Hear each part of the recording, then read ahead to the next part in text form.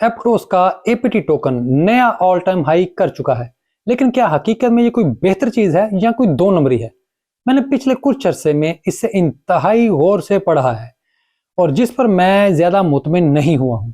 ये टोकन क्या है और क्यों मैं इसके बारे में इस तरह सोच रहा हूं, ये बताने के लिए ही मैंने ये वीडियो बनाई है। इस ब्लॉकचेन का एक खुफिया इन्वेस्टर भी है जो अगर सामने आ जाए तो टोकन की प्राइस चांद पर पहुंच जाएगी, यानी टू द मून। लेकिन मैं वाजे कर दूं, मैं किसी भी तौर पर आपका फाइनेंशियल एडवाइजर नहीं हूं।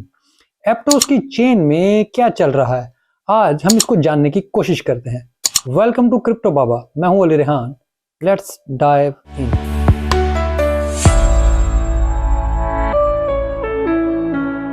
दो 2023 के आगाज से लेकर अब तक एपीटी क्वाइन 400% से ज्यादा मुनाफा पोस्ट कर चुका है। इसने नया ऑल टाइम हाई भी बनाया है। बहुत से लोग इसे पंप एंड डंप स्कीम समझते हैं, लेकिन जैसे जैसे आप किसी चीज को पढ़ते हैं तो आपकी राय बदलती है। आपके मनफी जज्बात उसके मुतल्लिक खत्म होते हैं और आप ऑब्जेक्टिवली चीजों को देखने के काबिल हो जाते हैं।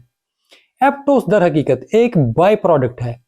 फेसबुक एक जमाने में अपना कॉइन लिब्रा लाने की तैयारी कर रहा था, लेकिन रेगुलेटर्स ने इस पर पाबंदी लगा दी।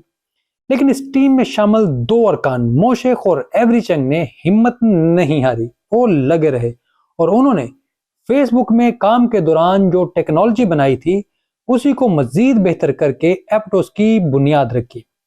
लिब्रा बुनियादी तौर पर सेंट्रलाइज्ड चेन थी, लेकिन उन्होंने इसको नीम डिसेंट्रलाइज्ड बनाया है, यानी सेमी सेंट्रलाइज्ड, और फिर इसको लॉन्च किया।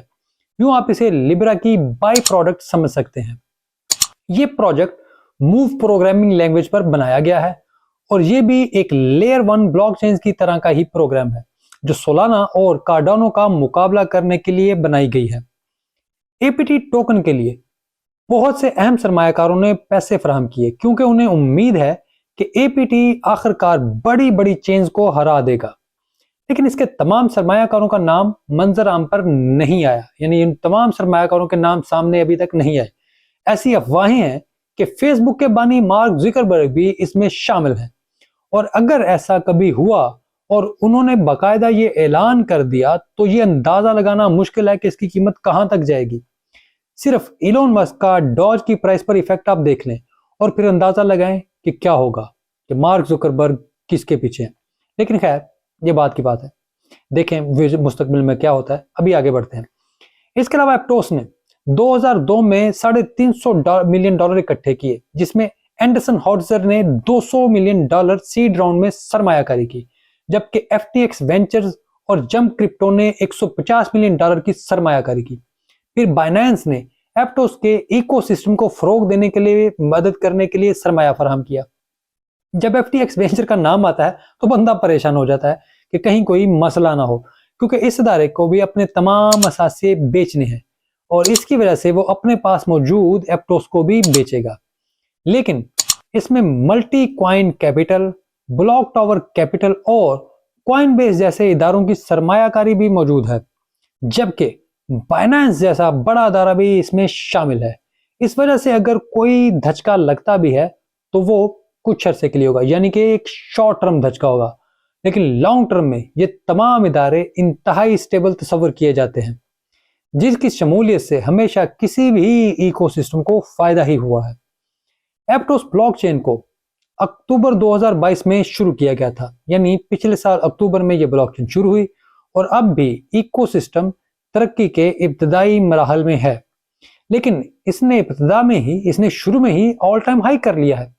मार्केट हालात की वजह से अभी स्मार्ट कॉन्ट्रैक्ट्स का इस्तेमाल महदूद है, लिमिटेड है, और अभी एपीटी ब्लॉकचेन पर टोटल ट्रांजैक्शन में 94% से ज्यादा सिर्फ एपीटी टोकन को इधर उधर ट्रांसफर करने के लिए हो रही हैं, यानी 94% ट्रांजैक्शन सिर्फ एपीटी टोकन की खुद की हैं और इसकी एप्लीकेशन का इस्तेमाल भी ना होने के बराबर है।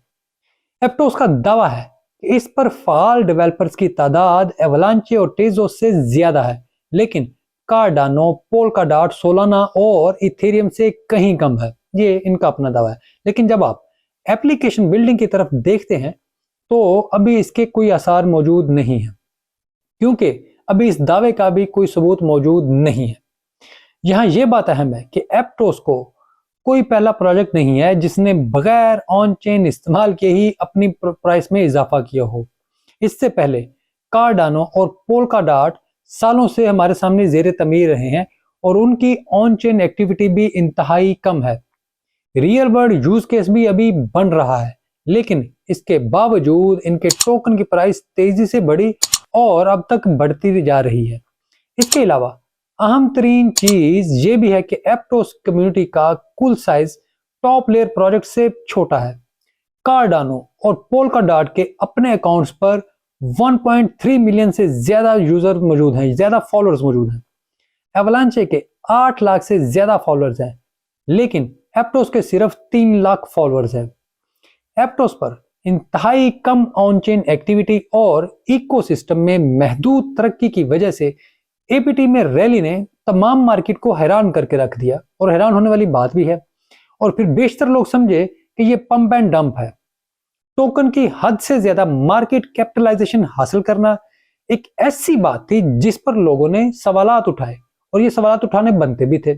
इसी वजह से एपीटी के शॉर्ट साइड ट्रेड पर रश रहा, क्योंकि टोकन ने अक्टूबर 2022 की अपनी पीक को अबूर किया, जिसकी वजह से एपीटी पर बेतहाशा लिक्विडेशन हुई। बड़े बड़े माहर ट्रेडर्स की शॉर्ट ट्रेड्स तबाह हो गई और फिर एपीटी जीत गया। एपीटी की टोकनॉमिक्स दरअसल 2022 से काफी मुख्तलिफ है। 2022 अक्टूबर में लॉन्च होने के बाद एप्टोस 2023 से सरमायाकार इसको पहले नहीं बेच सकते, यानी जब से ये लॉन्च हुआ है उसके 1 साल तक ये टोकन कहीं नहीं बिकेंगे, जिसकी वजह से इस टोकन पर फिलहाल सप्लाई प्रेशर कम है। और यही वो स्ट्रेटजी है, यही वो तकनीक है जिसकी मदद से एप्टोस ने अपने टोकन की प्राइस बढ़ाने में कामयाबी हासिल की, क्योंकि इतने टोकन मौजूद ही नहीं है। और अक्टूबर 2023 के बाद इसकी प्राइस पर बहुत ज्यादा सेल प्रेशर होगा, क्योंकि जब तक अनलॉक शुरू नहीं होता और अफराद ज़र का वाहिद जरिया स्टेकिंग रिवार्ड्स हैं जो कि स्टॉक टोकन के ऊपर 7% है।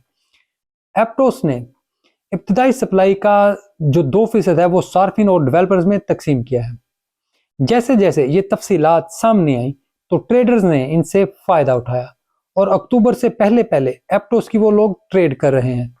इस बात का इम्कान भी मौजूद है कि एप्टोस की ट्रेडिंग में इजाफा दर हकीकत वॉश ट्रेडिंग का हिस्सा भी हो सकता है, क्योंकि अपबीट एक्सचेंज के हुजम में इजाफा भी हुआ है, या ये मार्केटों में हेरा फेरी की कोशिश हो सकती है। एक्सचेंज के मालिकान माजी में कई बार इस तरह की हरकत कर चुके हैं, जिसको आप लोग एक्सपीरियंस भी कर चुके हैं या जिनको आप लोगों ने जरूर मार्केट में देखा होगा। मैंने जो कुछ पढ़ा और जाना मैंने यहाँ पर आपको वो बता दिया। मैंने पहले भी कहा था मैं इस पर कोई ज्यादा मुतमिन नहीं हूँ। अगर आपको ये वीडियो अच्छी लगी हो तो इसको जरूर लाइक और शेयर कीजिएगा। चैनल को अगर आपने अब तक सब्सक्राइब नहीं किया तो बराए मेहरबानी ये काम भी जरूर कर दें। कमेंट्स में आपकी राय का इंतजार रहेगा। आप मुझे ट्विटर पर भी फॉलो कर सकते हैं। वीडियो देखने के लिए आपका बहुत शुक्रिया।